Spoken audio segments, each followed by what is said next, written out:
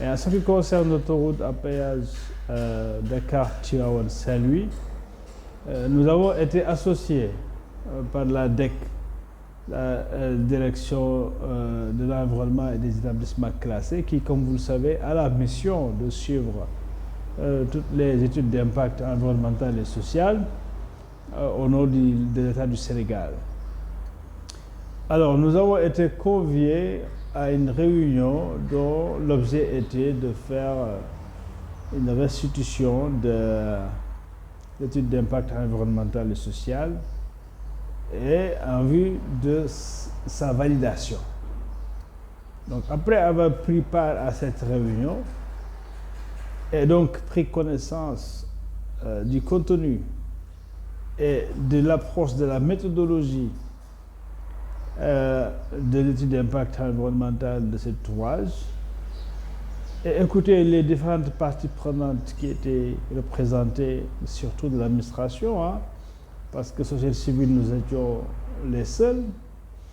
Et donc, nous avons jugé nécessaire, après avoir partagé nos craintes et nos observations pendant la session, dire que cette session ne devrait pas valider cette étude à l'état actuel, fait des recommandations. Nous avons jugé nécessaire également d'alerter l'opinion. C'est ce qui a été fait. Donc, ce que nous avons fait, c'est en fait produire un texte en vue d'alerter l'opinion sur les dangers de cet ouvrage, mais également la faiblesse à ce stade de l'étude d'impact environnemental qui n'a pas pris en compte tous les aspects dans cette méthodologie, mais également qui n'a pas permis, et ça ce sont les acteurs institutionnels même qui l'ont dit, c'est-à-dire qui n'a pas permis une session contradictoire sur les conclusions finales de l'étude d'impact environnemental et social. Donc, nous pensons que cette étude est très limitée, même si elle permet de voir quand même qu'il y a déjà des risques énormes en matière d'impact, en matière de dévastation du patrimoine floral que nous avons, mais également d'impact sur l'agriculture, parce que cet ouvrage va traverser le poumon agricole du Sénégal, à savoir les Niayes, mais également au-delà, jusque dans le Niambour, où il y a même des populations qui ne savent pas si elles doivent continuer à faire des semis, parce qu'il y en a qui ont des projets pour faire des plants fruitiers, mais qui ne peuvent rien faire parce que tout simplement elles n'ont aucune information concernant le tracé de l'autoroute et si véritablement ils auraient besoin de faire des semis qui risqueraient d'être ensuite dévastés. Voilà, donc des problèmes comme ça, en plus des problèmes de pollution, des risques de sécurité, parce que, on l'a dit, ces ouvrages-là, qui c'est vrai, ont pour finalité de faciliter donc la mobilité entre la capitale Dakar et la région nord Saint-Louis, c'est une bonne chose. Mais cette bonne chose ne doit pas se faire avec des externalités négatives qui vont menacer non seulement les moyens d'existence des populations riveraines qui seront traversées par cet ouvrage-là, mais aussi l'environnement, la qualité de l'air et même l'eau, parce que, voyez-vous, dans la région de Louga, c'est là où également l'eau qui dessert la capitale provient. Alors donc, il y a, selon nous, un besoin d'aller plus loin dans l'analyse et la maîtrise des risques et surtout d'informer et d'impliquer les populations traversées par cet ouvrage pour qu'ensemble qu'on puisse trouver des solutions, soit sur le tracé ou bien sur comment mitiguer les risques d'impact environnemental et social. Oui, c'est la question des menaces sur les moyens d'existence des acteurs économiques. Et comme on l'a dit, dans cette zone-là, cette zone transverse, les greniers agricoles, surtout maraîchers du Sénégal, mais également dans les zones de Louga où on cultive beaucoup, toutes sortes de céréales, même les pastèques là, c'est des zones où on en fait beaucoup, et également d'autres types de cultures maraîchères, justement, jusqu'à Saint-Louis. Et donc, dans ces activités, on sait qu'il y a beaucoup de femmes qui travaillent non seulement dans l'agriculture, mais aussi dans la transformation des produits agricoles ou bien dans la commercialisation de ces produits. Donc, ces risques sont réels par rapport à l'impact de l'ouvrage sur les terres d'abord.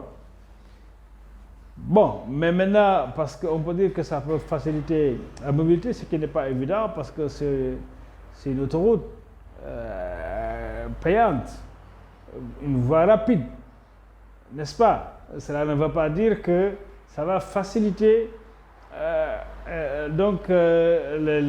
mobilité de ces acteurs économiques. Au contraire, ça peut même les isoler. Parce que si vous comparez là une étude qu'on avait eu à faire sur l'autoroute à péage Dakar-Diamniadio, etc., et plus loin, on se rend compte que l'ouvrage a plus enclavé des zones qui étaient des zones économiquement viables. Des marchés ont été tout simplement démantelés et les populations se sont retrouvées avec des difficultés de mobilité parce que l'ouvrage en tant que tel, privilégiant donc ceux qui partent de Dakar pour sortir, donc constitue de nouveaux blocages pour les populations riveraines qui sont coupées en deux. Et donc la mobilité devient plus difficile et on a vu justement que beaucoup ont même perdu les unités économiques. Tu vois? Donc ce type d'impact-là aussi va se reproduire dans cette zone-là et va forcément toucher les acteurs économiques locaux qui, au lieu de bénéficier de cet ouvrage, vont plutôt énormément perdre sur le plan de revenus économiques, sur le plan de la mobilité parce qu'il y aura une nouvelle forme d'enclavement qui sera créée, des pistes vont être menacées, coupées même, hein, et comme vous le savez, c'est une zone aussi agropastorale où nos parents peuvent aussi promènent leurs troupeaux. Donc tous ces problèmes ne sont pas clairement analysés avec les populations pour pouvoir donner des pistes de mitigation claires. C'est ça qui n'existe pas encore. Et vous savez, en matière d'études d'impact environnemental et social, il y a 3 niveaux de prise de décision. Le premier niveau, c'est qu'on se dit que, écoute, les risques que nous avons vus sont des risques sur lesquels nous pouvons anticiper. Et là, il faut dire clairement qu'est-ce que nous allons faire pour anticiper ces risques, pour que ces risques n'adviennent pas. Alors, le deuxième niveau de décision, c'est que ces risques, forcément, vont se produire. Mais s'ils se produisent, qu'est-ce que nous pouvons faire pour les mitiger? C'est-à-dire que pour atténuer leur choc sur l'environnement et sur les populations, ou bien tout simplement pour pouvoir avoir des compensations qu'on peut faire s'il faut, par exemple, remplacer une activité économique ou bien une perte de revenus par une compensation financière ou bien une compensation économique qui permettrait, par exemple, de reconvertir ces acteurs-là sur autre chose. Voyez-vous? Et le troisième niveau, c'est que si on n'arrive pas à anticiper les risques, et si on n'arrive pas, si les risques adviennent, à avoir des réponses de mitigation, alors ça veut dire quoi? Ça veut dire tout simplement qu'on doit stopper ce projet. Ce projet n'a pas sa raison d'être parce qu'il va avoir un impact sur lequel nous ne pouvons absolument rien faire. Voilà donc un peu, il n'y a pas une grille d'analyse respectant ce niveau de prise de décision-là qui a été partagé avec les populations pour se donner une idée précise sur le projet. Non, les gens veulent juste faire une autoroute, c'est pas mal, ça peut régler les problèmes, mais pour qui? Pour qui? Et ça va créer des problèmes. À qui? Voyez-vous, si on ne fait pas ce type d'analyse qui intègre ce qu'on appelle l'analyse économique basée sur les externalités, mais surtout les inégalités. C'est ça le problème. Et malheureusement, on a vu que tous les grands ouvrages que nous faisons dans ce pays, qui peuvent être structurants sur le plan économique, mais ne servent qu'à une minorité de la population. C'est-à-dire cette minorité de population qui ont les moyens, qui ont des voitures, qui ont des moyens de se déplacer, de payer, même si c'était trop cher, ce n'est pas un problème avec eux. Voyez-vous, c'est quelques usagers qui se disent c'est trop cher, diminuer quand même les tarifs, mais pour certains, il n'y a pas de problème, parce qu'ils gagnent en vitesse. Mais donc cette minorité gagne en vitesse. Et cette vitesse a donc des impacts sur la rentabilité économique de leurs propres activités. Cette minorité donc est favorisée par ces ouvrages structurants. Par contre, en même temps, ces ouvrages ont des impacts sur les majorités. Les majorités des populations riveraines qui vivent au quotidien dans l'économie spontanée, directe. Donc, on se voit que leurs activités sont entravées. Leur quotidien est devenu beaucoup plus difficile parce que leur mobilité autour de ces ouvrages-là sont devenues beaucoup plus compliquées, que même les relations sociales sont quelque part arrêtées par les impacts de ces ouvrages-là. Donc, voyez-vous, on continue à appauvrir donc cette majorité de population. Et donc, ce qui fait que finalement, ces grands ouvrages, tels que structurants, sont les ouvrages qui contribuent plus à renforcer les inégalités dans ce pays qu'à véritablement permettre un développement économique basé sur la solidarité telle que veut nous présenter le PSE comme étant donc sa finalité. Donc cette croissance économique va favoriser peut-être ces ouvrages parce que facilitant les affaires pour ceux qui ont les moyens économiques et surtout souvent on se rend compte que c'est des entreprises étrangères qui bénéficient de tout cela. Alors donc en même temps donc les populations elles-mêmes ou bien les acteurs économiques qui vivent au quotidien vivent dans des conditions encore plus difficiles avec ces ouvrages-là. Mais en effet, ça ne peut servir qu'à ceux-là qui aujourd'hui produisent et ont besoin d'accéder à notre marché. Et comme vous le dites, beaucoup de ce que nous achetons ici, les mandarines, tout ça là, tous ces produits viennent effectivement du Maghreb en passant par la Mauritanie. Et bien évidemment, cette voie ne fera que faciliter leur entrée dans le marché sénégalais. Alors donc, des autres entreprises qui viennent ici, qui exploitent par exemple certains de nos produits comme l'anacarde, ce ne sont pas des Sénégalais, c'est des entreprises indiennes, etc., qui sont là, et donc qui exploitent tout cela, et d'autres qui, en fait, font des affaires qui marchent, qui exploitent notre marché, et dont la plupart, donc, effectivement, et malheureusement pour nous, est constituée d'entreprises étrangères.